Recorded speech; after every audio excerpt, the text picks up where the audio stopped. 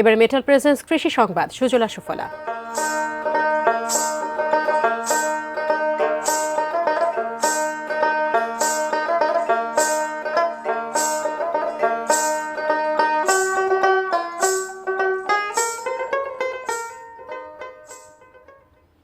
শীতকালীন ফসলের মৌসুম শেষ হওয়ার সাথে সাথে বগুড়ার কৃষকেরা এখন ব্যস্ত সময় পার করছেন গ্রীষ্মকালীন ফসল রোপণে।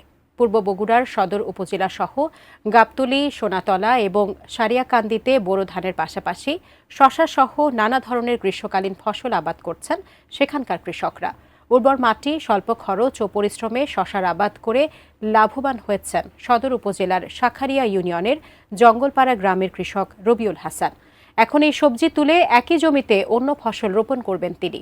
জেলা কৃষি বিভাগের তথ্য মতে এবছর 11,600 হেক্টর জমিতে গ্রীষ্মকালীন ফসলের লক্ষ্যমাত্রা ধরা হয়েছে।